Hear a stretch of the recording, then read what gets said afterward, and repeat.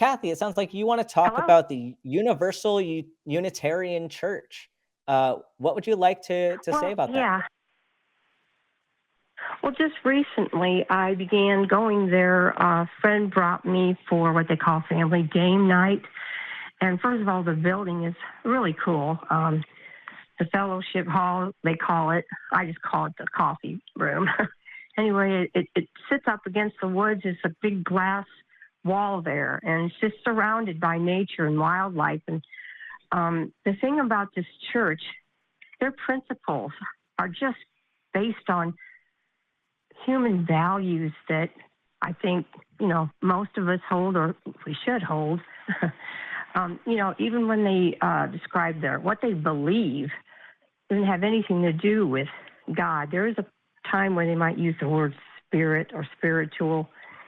I mean, I think of that as just like morale or togetherness that, gets people fired up. But it's just about they believe in freedom of religion or no religion, and toleration of others' beliefs, such that we can all get along and be open-minded, which is right where atheism comes in, critical thinking, open-mindedness. But also they're going to start telling me about where this religion came from. It came from Christianity, where people began to say, that's not really true. And when they would preach, they might be ostracized from their community. But for me, it's just a really good place to meet people and have community that I've heard a lot of atheists say that, they miss. And also because if you have children and you'd like to see them be someplace where they can be around other people that aren't, pushing the Christianity mainly, or, any kind. So basically that's all I really wanted to do, was encourage atheists who are looking for community. That's a good place to start. Even sometimes we'll say, it's too bad we call it a church. Let's change that C to the word congregation. It's the Universalist Unitarian Church. Yeah, I have a couple issues with the Unitarian Universalist Church, but I want Jimmy to kind of give his thoughts on this before I jump in. So I am not all that familiar. I've heard them before, but what I would say is that I would have an issue with this idea of a spirit. I'm not really sure what that means. I think that's kind of an undefined phrase and maybe a catch-all for people who haven't really walked away from their religion completely.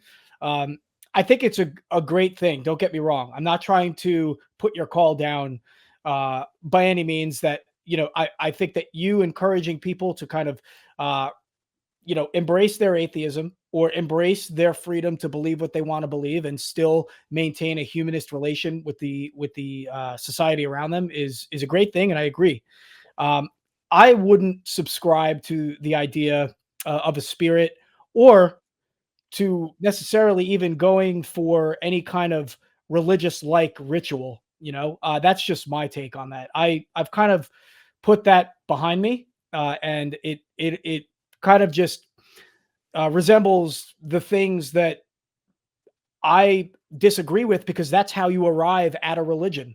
And so that's just my footnote on that.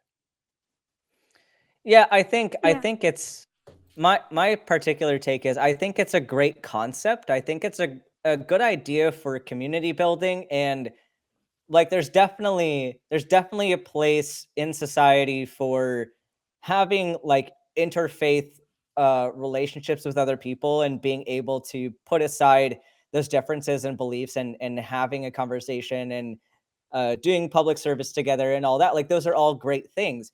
My biggest concern, I think, with an organization like this is like if you're going to be a humanist, like at some point that's going to come into conflict with the idea of having any one of these religions, because I know this organization will allow you to still be Muslim or Hindu or Christian or any number of things. And there are points within the religious doctrines themselves that conflict with humanism. And my question is, I guess, like, if you're going to basically, like, it's great to have this support and this like cooperation among these groups, but is that masking areas where humanism isn't being followed, or like if people aren't being properly respected? Like, for an example, if you have a Muslim who is part of this Universalist church and they still practice, like, I mean, the Universalist Unitarian church is going to say, yeah, you can practice whatever you believe is the truth. But then this person still has their Muslim faith of having to wear the hijab and having very restrictive areas in society where they can work, restrictive gender roles. There's certain things that I think are at odds with humanism, to where I just don't know if that line is really helpful. What do you think about that? I'm curious. Well, I'll tell you, me, yeah. I take your point, because I'm very anti-religion myself, of all the harm that it's done, especially, to children, abuse, and definitely LGBTQ plus. I would say that probably this particular church in my area where I live, it just happens to be so not pushing any of those religions. When we say we accept, we also take in small groups where we're actually not just being educated about the church, but we get to discuss. And, I've gone in and said things simple like, even when we'd say, humanism, and I'll say, well, I'm a humanism, but I also don't believe in a God. And my biggest problem is, if you are religious, there could be times, instead of using your critical thinking, you would go to, well, I don't know, so it must be God. I mean, we talk about that all the time, don't we? Sure, part of it's probably just my particular location, and like you were saying, doing good works for your community. And honestly, I find it a great place to do what the one caller was saying and proselytize the opposite. One of our discussions where they were almost being critical of humanists is saying that, something about how, well, they think they're so smart. Well, we can't help it if we're smart, can we, as far as looking at reality? Because I have a big problem with what I see as just not being realistic. That's real heavy in Christianity and in the other, like you were talking about, the rituals, the ceremonies, or whatever they call their particular beliefs in Islam, Hinduism, Judaism, Buddhism, Taoism. Those are all in the front of what they call the sanctuary, where, it starts out as, well, we accept your beliefs, but I think we look at it more as what is their history, their history in those religions, and just pull out that spirit part of it. And like I said, it's just a great way to be able to express yourself on a regular basis about your non-belief. Because, I've met tons of atheists just in this church of about 400 people. It's almost surprised me. Oh, wow, you can just tell by the way they talk, and you can come right out and say, I'm an atheist. But so that's really all I wanted to do, was encourage people to consider that particular system. If you have children, or if you're an older person like myself, I think it's good for me anyway. It's been really good for me. Yeah, Jimmy, any other thoughts on this? Disconnect? Oh. Yeah. Thanks, Kathy. So I have a couple of issues. So you raise, and I this kind of capitalizes on what Ben was talking about, but there's this idea that you have to respect other people's religions. I disagree with that entirely. I don't think that you need to we are obligated to respect people's religions. We need to treat people with respect and treat them, of course, in accordance with basic human rights, with dignity. But I don't need to respect that women are treated poorly, or homosexuals or LGBT members are treated poorly in other religions. And so that's not something that I need to champion. And so that's why I would have an issue kind of conflating my beliefs with the beliefs of a handful of various other religions, and trying to get everybody together and harmonize about, well, we have in common this idea of a spirit. That's also something that I find a little bit tricky. So I just kind of wanted to point that out. I think that's something that is not mentioned enough, where people say, well, you got to respect what they believe. You don't have to respect what they believe. You have to treat them with respect.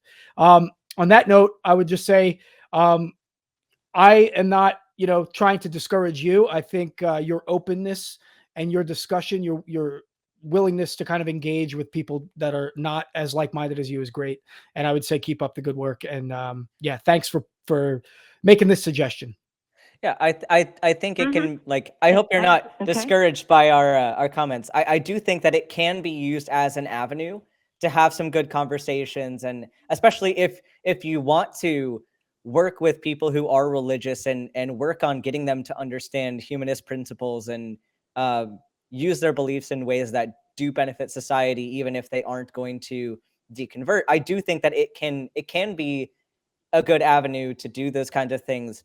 I have a couple of those concerns, like I mentioned, but I'm not throwing it out altogether. But I appreciate you having this conversation I have those same concerns. I really do.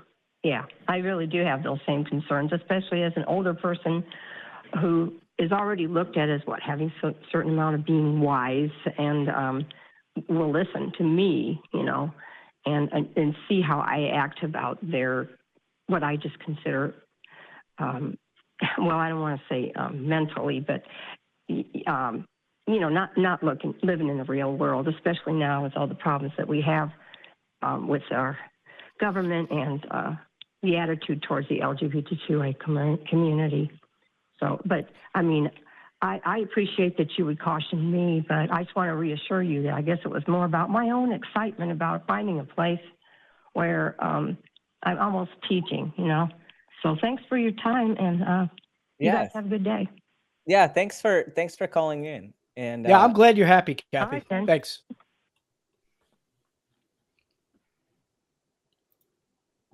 Yeah, and again, I think everybody has their own kind of ways of getting involved in things, in different ways that they want to engage in these conversations, and different, like, as I know there are plenty of atheists that are in, like, cultural pagan communities, and that's something that they find joy in, those rituals, and joy in having a spiritual building, even if they don't necessarily subscribe to spirituality.